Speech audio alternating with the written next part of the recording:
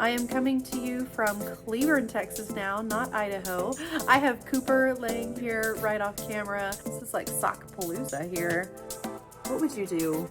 Because I don't really like wearing huge coats. This might even be a sweater for next year. But what would you do? That was a really long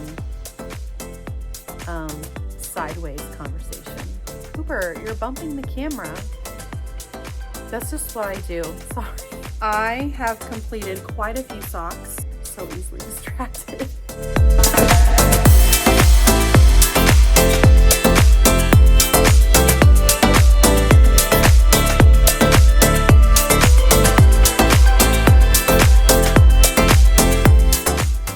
Good morning, everybody. It is Friday, August 22nd, I believe. My name is Elizabeth, and I am the artist and the dyer behind mountainsagefiberco, where I bring a very artistic approach to hand-dyed yarn for knitters and crocheters.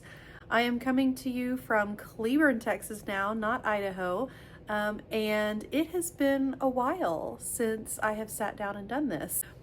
Here I am though, ready to rock and roll, and I want to share with you today what I am working on, what I have plans to start working on, and some yarn that I have been dyeing. This is actually take two. I filmed all of this yesterday, and during my editing process discovered something that just was not going to be okay. Yeah, take two. So let's see how this goes. I have Cooper laying here right off camera. We have a very big picture window here in this front room, and he loves to sit and keep watch and bark and chuff and moan and all the things and everything going on outside. So hopefully he will be behaved while I am filming this, and there shouldn't be too many interruptions. Let's get started with the things that I have finished. So since it has been a few months since I have sat down and done this, I've finished a few things. I don't have quite the knitting time right now that I had with moving, but also starting my yarn dyeing business. So time has decreased a little bit for my own knitting enjoyment, but I still do manage to get a few things done. So I have completed quite a few socks over the last month. Those are fairly easy and quick for me to do, especially if it's a vanilla sock, which is what I have been doing. I can usually get a pair done. The fastest I've knit a pair of vanilla socks is 3 days, but typically it takes me around a week on average. I want to showcase a few that I've got completed, tell you a little bit about those.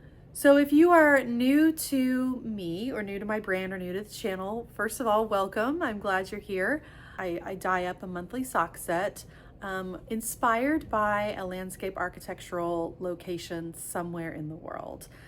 My degree in college is in landscape architecture. That is what I went to school for. However, I am not currently using that degree. I am an art teacher, but I do still like to appreciate that industry and bring it into life whenever I find the opportunity. And for the month of March, we traveled to Scotland, and we went to the St. Andrews golf course there. I will put a picture up for the inspo, and here are the finished socks. It's got a beautiful green base with a bunch of speckling, and there are some yellow speckles in there which blended to create brighter shades of green. And that footbridge in the photo I captured ever so slightly with some tans and grays within that base. And then of course I couldn't pass up the opportunity to capture that building in the background. I think currently it's being used as an apartment complex, but it's very iconic to that last hole on the course. So I wanted to capture that color in the mini. And so I dyed up this beautiful light, almost pinky brown. It has a magenta undertone to it, so it adds a little bit of brightness, but it complements the green so perfectly. So if you are interested or like these, I have 2 sets left in the shop. I can't imagine how they have still been sitting there, but there are 2 available. So if you love these, you can go do a little shopping. For the month of April, we looked at cottage gardens, and cottage gardens have evolved over time. So they started off as a very utilitarian area of the property, and through the 17th and 18th century, they took on much more romanticized and photographic aspect to them, which is how we enjoy them today. But I couldn't resist focusing on that genre of landscape architecture because it is one of my favorites. So April's set is the cottage garden socks. And so again, a green base with tons and tons of speckling. But this time I brought in purples and a little bit of reds that shifted into pinks. And then I couldn't resist doing a flowery pink mini for the contrast, which pairs so beautifully with the greens and the purples in the main skein. I did not write this recipe down. I couldn't even recreate it if I tried. So if you were lucky enough to snag a bundle of this, here's how they knit up, and I'm so happy with the results. This was also the first month that I worked with my Sage Twist base, which I have to say that is my favorite base for sock knitting. It's a 2-ply, 85% superwash merino, 15% nylon. Again, 2-ply, which just adds a little bit more strength, and the plumpness of how it is spun is just so fantastic on the needles. So if you are interested in checking out my shop and you want to knit some socks, I highly recommend the Sage Twist base. It is beautiful to work with. For the month of May, my inspiration was the Persian gardens. I can't remember. I think I called this set the Moroccan gardens. I think that's what it was. But I'll put the inspo photo up here. And then here is how this set turned out. So beautiful, beautiful jewel tones of golds and yellows. And then sprinkled in there are some glorious blues and even a few pops of red, which shift into some purple when it hit the blue. And it's just so beautiful. And then of course that mini, I could not turn down the opportunity to dye up a gorgeous watery teal blue that complements the golds in the main skein so well. So yeah, I think this is one of my favorite pairs of socks I've knit. This is beautiful coloring. June's set, we came back stateside and we looked at the Phoenix Botanical Gardens in Arizona. And so here's the inspiration photo here.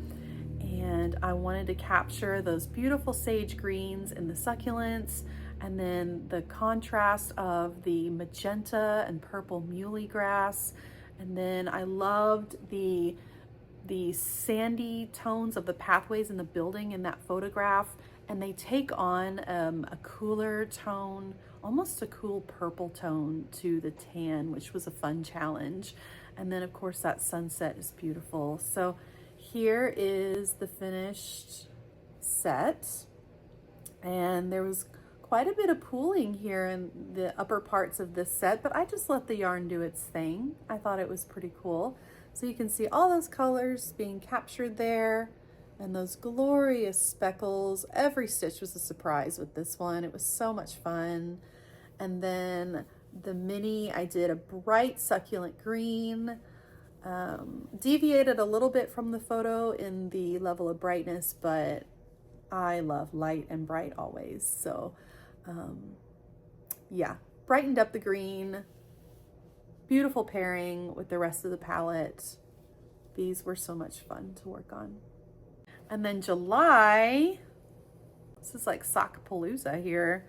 July, I focused on the, what is it called? The Landscape and Flower Show at Epcot in Disney World. Every year they do a fantastic garden show where they create all the characters, maybe not all of them, but quite a few of the characters out of topiaries, And then the most immaculate planting designs are done around these characters in the brightest of colors, as Disney always does. And so here is the inspiration photo that I used, and here's how the socks turned out. So talk about a party on the needles. This was so much fun to work on. And then that mini skein, I captured that ethereal blue of the iconic Epcot, that globe that they have there. And then it also makes me think of Cinderella's dress. So I had to dye a second round of this colorway because it was very popular. So there are a couple bundles in the shop if you are interested. I believe they are on my Sage sock base, which is an 85% merino, 15% nylon, 4-ply sock base, which is also beautiful to work with. It's very, very soft. So if you like these, maybe you can go treat yourself. I have got August set dyed up. I will show that in the shop update a little bit later in the episode. We went to Singapore and we focused on the gardens by the bay, specifically the super trees. So if that has your interest, stay tuned. A little bit later in the video, I will put up a photo and I will show you what those sets came out to look like. All right, so aside from socks, I have been working on my Spun Flora top by Wool & Pine Designs. This is a colorwork yoke with a pretty basic, just stockinette body, and I'm doing the short sleeve version because I would like to have a top to wear down here in Texas in the fall when it is still warm, but starting to cool down just a little bit. I am using some test skeins, and you'll see what I mean in a minute. I'm using some test skeins for the main color, and then a beautiful complement to that in my color work. So I have just really a couple more rows to do before I get to the ribbing at the waistline, and then I can pick up for the sleeves and the neckline here pretty soon. So I'm ready to get this done. It has been a huge time investment because I don't knit color work very often. So I tend to be a little out of practice, but it's been a huge time investment, but I think it's gonna be really pretty. I'm not quite sure if I like how the test skeins have come out. And I have to keep reminding myself that they were test skeins and you hate wasting yarn. So I keep reminding myself about that. But here's what I have so far. So here's the yoke. Oh my gosh, isn't that just beautiful? So beautiful. So the contrast color is my Sunstone Glow colorway. On my Sage sock base, I held it double to get a DK weight, which creates a really, really nice fabric. So there are some skeins available in the shop if you're interested in that. It's a beautiful yellow and gray, variegated with some speckles of some light brown and some sage green, and there is a hint of pink in there too. It's very, very subtle. So when I mentioned the test skeins, here's what I'm talking about. So we've got this highly variegated effect here on the body of the sweater, and I have the camera lighting on for filming purposes, so it's making it appear a lot more extreme than I think it really is. But I love the color. I love the bluey green, but I'm just not sure if I really like how this is knitting up. I'm gonna finish it because I, again, hate wasting yarn.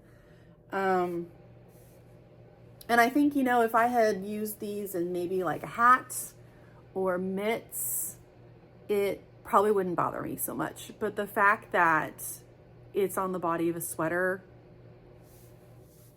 I don't know. I'm gonna finish it and I'm gonna block it and I'm gonna just kind of let it marinate and see how I feel. I don't know. What would you do? I hesitate to ask that question, but what would you do? I mean, so I've also had the thought of finishing it, and blocking it and getting a good look at it. But potentially, if I don't have a whole big problem with darkening up the contrast color, I did have the thought of over dyeing it, and maybe with like a gray, and seeing if that evens things out a little bit more. I don't know, we'll see. But I'm almost done, not too much further to go. I also have done a gauge swatch for another sweater.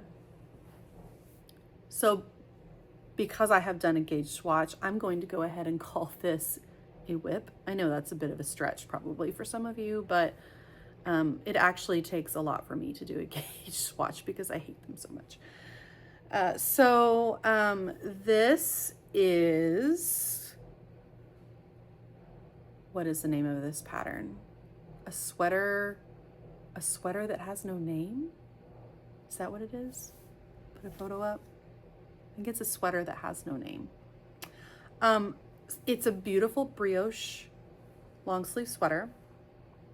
It's done in fingering weight yarn, which down here in Texas in the milder winters, fingering weight sweaters I can do.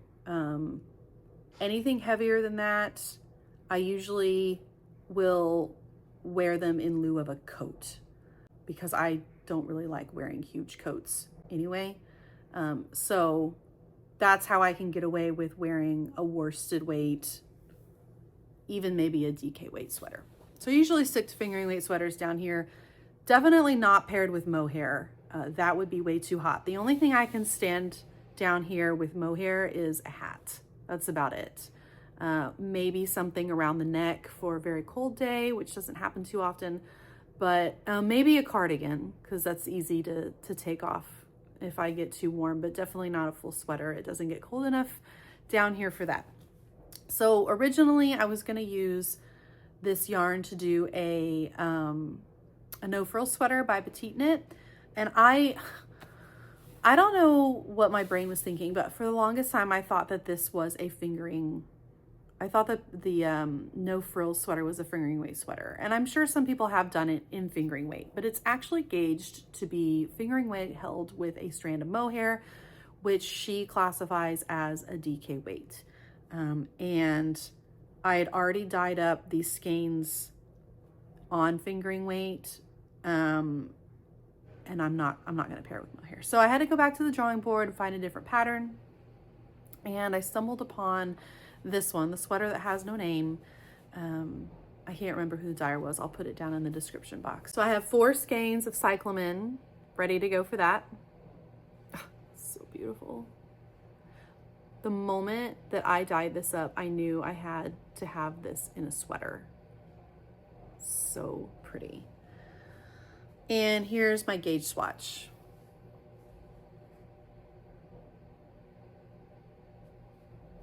So pretty. So no problems getting gauge, which I'm very happy about. So I can just jump right in, and I am excited to start that. I have no idea how long that is going to take me. This might even be a sweater for next year. We'll see. We'll see. All right, so what am I looking forward to casting on next? I have a couple of things here.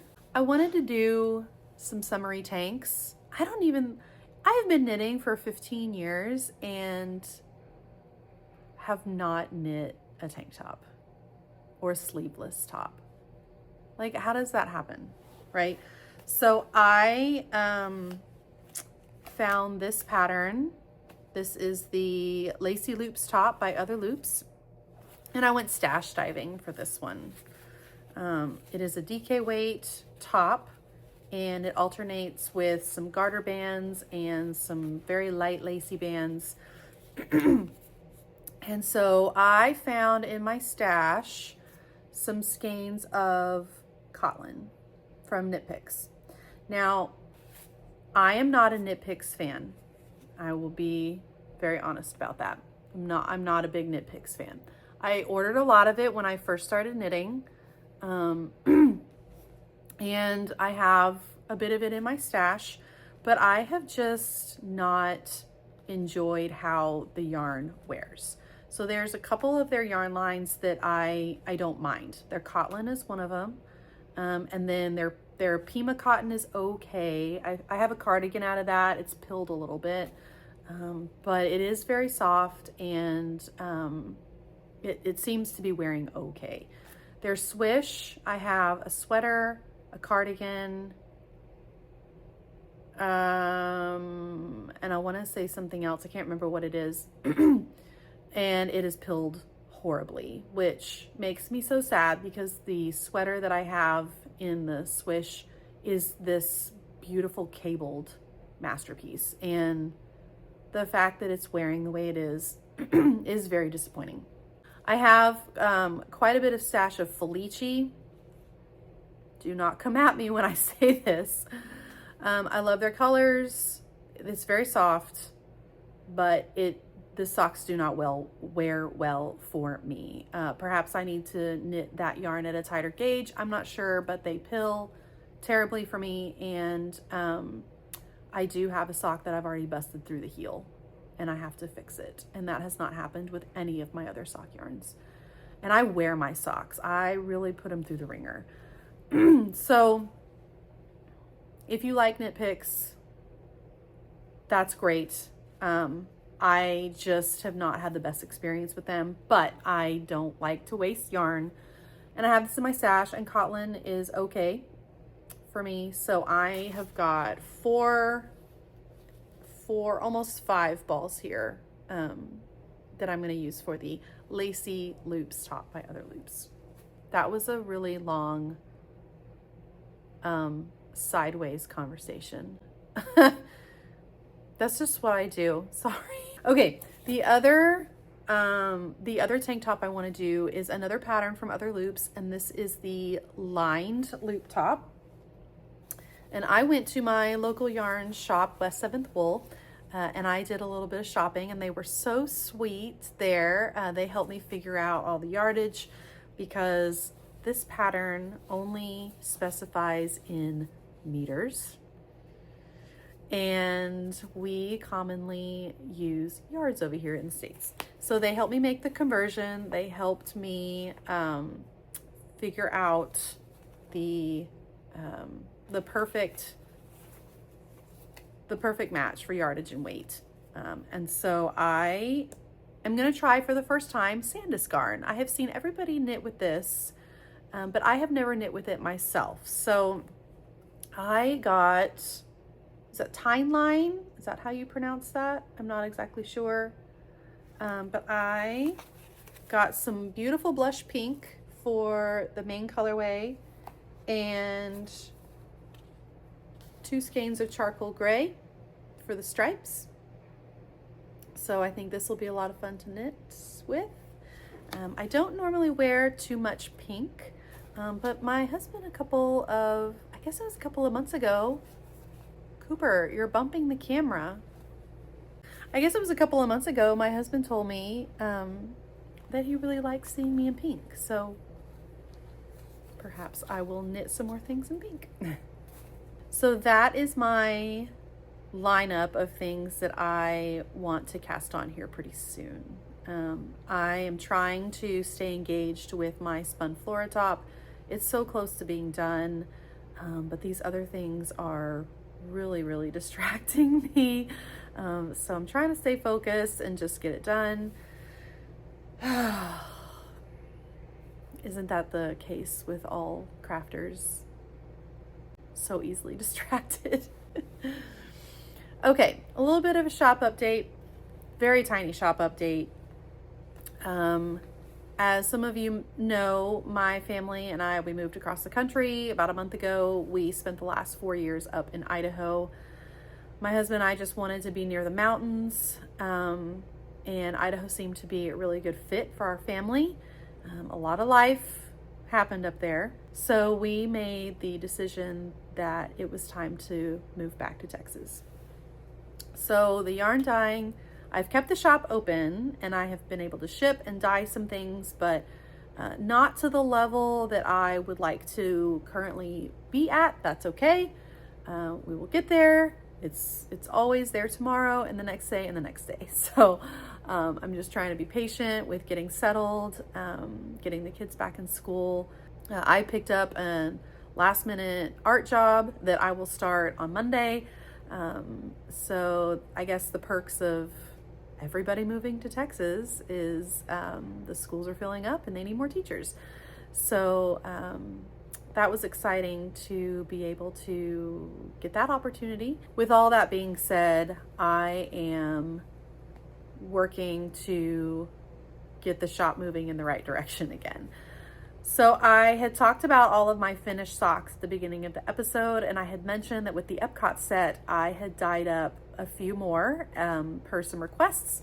So here is what those look like. If you are interested in purchasing that, I have a few in the shop. So pretty. So pretty. And then I was talking a little bit about my set for August, which is Super Trees, based off the Gardens by the Bay in Singapore. And I will put the inspiration photo up here for you. And here is how they came out. So I created a watercolor gray base with just the slightest hit of sage green in there. And then I came over the top of that with the brightest neon greens and yellows, with a little bit of darker green in there for some contrast. And then over the top of that is some cranberry red and some pink. And I love the way that they blended to even create some corals and some oranges, which is just adding to the visual texture, which is my favorite element of art. And then I had to pair it with the most gorgeous berry red for the mini, really capturing the essence of those planter structures, those vertical planter structures, which is where the Super Trees get their name. So I'm thrilled with how this came out. I cannot wait to cast on a pair of socks with this. There are a couple of bundles on my Sage sock base in the shop. So if this has captured your heart, head on over there and you can do some shopping. Okay, so I guess the other thing in shop news, I am getting ready to send out my 12 days of autumn yarn calendars. So I wanted to do an Advent style project this year, but I chose not to do Christmas. Number one, because everybody does Christmas. I feel like there's just a flood of Christmas yarn calendars out there. And I like to do something a little bit different. And I thought for my first year, I would start by tackling something just a little bit smaller. So I had the idea pitched to me to do an autumn themed yarn calendar. So I set up the 12 days of autumn. So it is 11 days of mini skeins. You'll open one each day. And then on day 12, you get the full skein that coordinates with the rest of the set. So starting on September 23rd, which is the day after the fall equinox, we will start opening those calendars.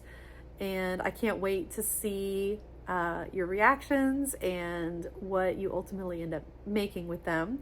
I already have my pattern set aside that I want to create with my sets, and I haven't started it yet. I need to go purchase that pattern, but in the next video I should have it started and ready to show you something, and by that point we should be well into opening, so it won't be a spoiler of any kind. Outside of the 12 days of autumn and what I just showed you, I am planning on having a few autumn tonals done for the shop. I have really enjoyed creating new tonal colorways. I feel like tonals are just the best foundation for a yarn dyeing shop. So I'm in the process of filling out more of my palette. And so I will get some autumn things done soon, and I'm also starting to look ahead towards Christmas. So I'm going to bring back twinkling lights from last year, and I'm going to bring back front door wreath from last year, and then dye up some other colors that will coordinate with both of those to really fill out a beautiful Christmas palette. And I love a good mini bundle, so I will more than likely dye up some mini bundles with all of those as well. So watch for those. If you want to stay up to date with what I'm doing, the best place to do that is on Instagram. You can find me as all lowercase mountainsagefiberco. And you can also find me on Facebook under, I think, the same name. I'm not as active on Facebook, but I do try to cross post over there as much as possible. So if you're not an Instagram person, you are a Facebook person, you can go find me over there. Obviously, I'm here on YouTube, which if you could like, comment, and subscribe to push that engagement, that would be fantastic. And then I also have a newsletter, which I will put the sign up link for that down in the description box. It's also in the link tree in my Instagram bio. So you can go click the link, fill out the sign up form, and FYI, you will get a confirmation/welcome email in return. And in that welcome email, you will get a code to redeem on your next order for a free mini skein. So I dyed up a bunch of minis that capture the color palette and essence of my brand. If you have received yarn from me, you've seen my logo. So you can see the colors of the logo coordinating with the colors in the mini. So don't forget to check your confirmation welcome email for that code, and you can redeem for one of these on your next order. They have gone very fast. I actually have to dye up some more, which I am super thrilled about. So thank you for the love. Thank you for the support. It really does mean the world to me. I always feel like I am going to forget something here at the end. If you have made it this far, thank you so much for watching. Thank you for your support. I am over the moon to see how far this yarn business has come. It has been almost a year. Speaking of that, I am planning on dyeing up a special colorway for my 1-year shop birthday. So the best place to keep up with all that information would either be on Instagram or the newsletter. So go find those and get yourself signed up. So anyway, I will sign off. I tend to get rambly at the end. I'm working on that, but my head is just always so full of things, and it's hard to stay on topic and organized sometimes. So I will say goodbye, and I hope to see you in the next one. Bye.